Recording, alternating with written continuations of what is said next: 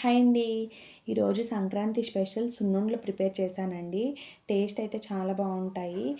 ఇది పిల్లల నుంచి పెద్దవాళ్ళ వరకు చాలా ఇష్టంగా తినేస్తారు కదండీ! నేను 2 రకాలుగా ప్రిపేర్ చేశానండి. పంచదారతో ఇంకా బెల్లంతో 2 రకాలుగా ప్రిపేర్ చేశాను.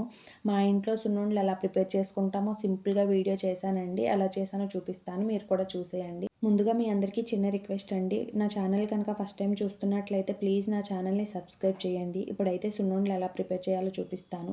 ఇప్పుడు స్టవ్ ఆన్ చేసుకొని ఒక మందపాటి ప్యాన్ పెట్టుకొని దానిలో 1.5 కప్పు వరకు గుండు మినపప్పు తీసుకున్నానండి.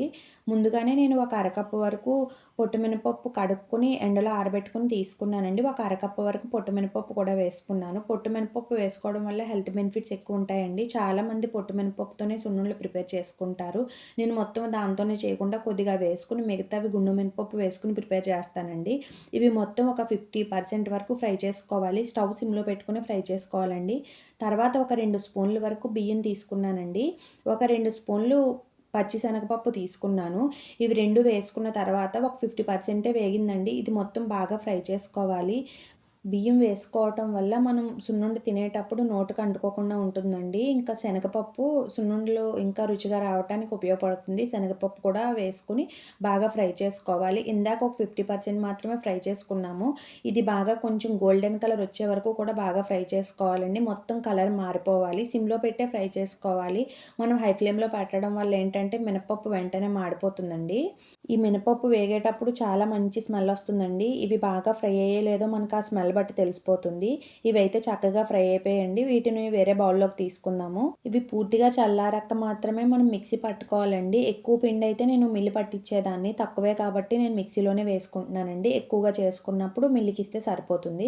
చూడండి ఇవి కలర్ ఎంత చక్కగా వచ్చాయో. ఈ కలర్ వచ్చే వరకు కూడా బాగా ఫ్రై చేసుకోవాలి. ఇవైతే చక్కగా చల్లారిపోయాయండి. ఇప్పుడు మిక్సీలో వేసుకొని మెత్తని పొడిలా తయారు చేసుకోవాలి.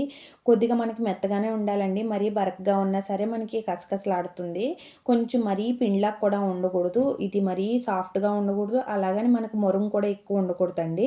ఇలాగ మెత్తగా పొడి చేసుకున్నాం కదా! వీటిని వేరే బౌల్‌లోకి తీసుకుందాం ఈ పిండి మొత్తాన్ని. ఇప్పుడు నేను 2 విధాలుగా చేస్తున్నాను కదా! సున్నుండలు. బెల్లం, పంచదార 2 చేస్తున్నాను కాబట్టి నేను కొలుచుకొని తీసుకుంటున్నానండి. చూడండి. ఒక కప్పు వరకు నేను పిండి పక్కకు తీసుకున్నాను. బెల్లం సున్నుండలు ప్రిపేర్ చేసుకుందామండి ముందుగా. ఒక కప్పు పిండి తీసుకున్నాను. ఒక కప్పు పిండికి ఒక కప్పు బెల్లం కరెక్ట్‌గా సరిపోతుందండి. కొద్దిగా స్వీట్ ఎక్కువ తినేవాళ్ళైతే ఇంకో పావు కప్పు వరకు బెల్లం వేసుకోవచ్చు. నేనైతే ఒకటికి ఒకటి వేసుకున్నానండి. ఒక కప్పు పిండికి ఒక కప్పు వరకు బెల్లం వేసుకొని పిండిని, బెల్లాన్ని బాగా కలుపుకున్నాను ఒకసారి మిక్సీ పట్టుకోవటానికి. మొత్తం బాగా కలిపిన తర్వాత దీన్ని మొత్తాన్ని ఒకసారి మళ్ళీ మిక్సీలో వేసుకొని పొడిలా తయారు చేసుకోవాలండి. ఈ సున్నుండల పిండి మొత్తాన్ని ఒక ప్లేట్‌లో వేసుకుందామండి. ప్లేట్‌లో వేసుకున్న తర్వాత పిండి మొత్తాన్ని ఒకసారి కలుపుకొని, దానిలో నెయ్యి వేసుకొని కలుపుకోవాలి. నేను ముందుగానే నెయ్యి మరగబెట్టి పక్కన పెట్టుకున్నానండి. వేడి చేసుకున్నాను. ఆ నెయ్యిని కొద్దిగా వేసుకోవాలండి. నేను ఒక అరకప్పు వరకు నెయ్యి తీసుకున్నానండి ఈ సున్నుండలకి. కొద్దిగా ఎక్కువగానే పడుతుందండి సున్నుండలు ప్రిపేర్ చేసేటప్పుడు నెయ్యయితే. కొద్దిగా నెయ్యి వేసుకుంటా నేను మొత్తం పిండి మొత్తాన్ని కలిసేటట్టు కలుపుకున్నానండి. మొత్తం నెయ్యి ఒకేసారి వేసినా సరే ఒక్కొక్కసారి నెయ్యి ఎక్కువైపోతుంది కదా! చూసుకొని వేసుకొని కలుపుకోవాలండి.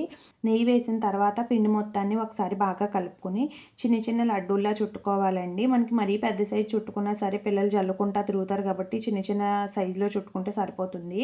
అదేవిధంగా నేను పిండి మొత్తాన్ని ఇలా సున్నుండలు చుట్టుకున్నానండి. నాకు ఒక కప్పు పిండి, ఒక కప్పు బెల్లానికి ఇన్ని సున్నుండలు వచ్చాయండి. ఇవి ఒక నెల రోజుల వరకు కూడా నిల్వుంటాయి. ఇప్పుడు మిగతా పిండి ఉంది కదండీ! ఆ పిండిని కూడా సున్నుండలు ప్రిపేర్ చేద్దాము. పంచదార సున్నుండలు ప్రిపేర్ చేయటానికైతే నేను పిండిని ఒకసారి కొలుచుకున్నానండి. ఒక కప్పు వరకు నాకు పిండొచ్చింది. ఒక కప్పు వచ్చి ఒక 2 స్పూన్ల వరకు మిగిలిందంతే. మొత్తం పిండంతా ఒకసారి మీకు చూపించడానికి కొలుస్తున్నానండి. మొత్తం పిండంతా కొలిచిన తర్వాత ఇప్పుడు నేను ఒక ముప్పావు కప్పు వరకు షుగర్ తీసుకున్నానండి. ముప్పావు కప్పు కరెక్ట్‌గా సరిపోతుంది. కావాలనుకుంటే కొద్దిగా ఎక్కువ వేసుకోవచ్చు. నాకైతే సరిపోతుంది. దాన్ని కూడా మిక్సీలో వేసుకొని మెత్తని పొడిలా చేసుకున్నాను. పంచదార పొడి మొత్తాన్ని ఈ పిండిలో వేసుకొని ఒకసారి మొత్తాన్ని బాగా మిక్స్ చేసుకోవాలండి. పంచదార, సున్నుండల పిండి మొత్తం కలిసే వరకు బాగా కలుపుకోవాలి. మొత్తం కలిసిన తర్వాత మనకి నెయ్యి సరిపడా వేసుకోవాలండి. దీనికి కూడా నేను ఒక అరకప్పు వరకు నెయ్యి తీసుకున్నాను. కావాలనుకుంటే కొద్దిగా తర్వాత మళ్ళీ వేసుకోవచ్చు అని చెప్పి ఒక అరకప్పు నెయ్యి తీసుకున్నానండి. నెయ్యి వేసుకున్న తర్వాత పిండి మొత్తాన్ని బాగా కలుపుకోవాలి. మొత్తం నెయ్యి పిండి మొత్తం కలిసేటట్టు కలుపుకోవాలండి. సున్నుండల పిండి మొత్తాన్ని బాగా కలుపుకున్న తర్వాత కొద్ది కొద్దిగా పిండి తీసుకొని ఉండలు చుట్టుకోవాలి. చిన్న చిన్న లడ్డూల్లా చుట్టుకుంటే సరిపోతుందండి. ఇందాక బెల్లం సున్నుండలు చుట్టుకున్నాను కదా! అదే సైజులో చిన్న చిన్న లడ్డూలు మొత్తాన్ని చేసుకున్నానండి.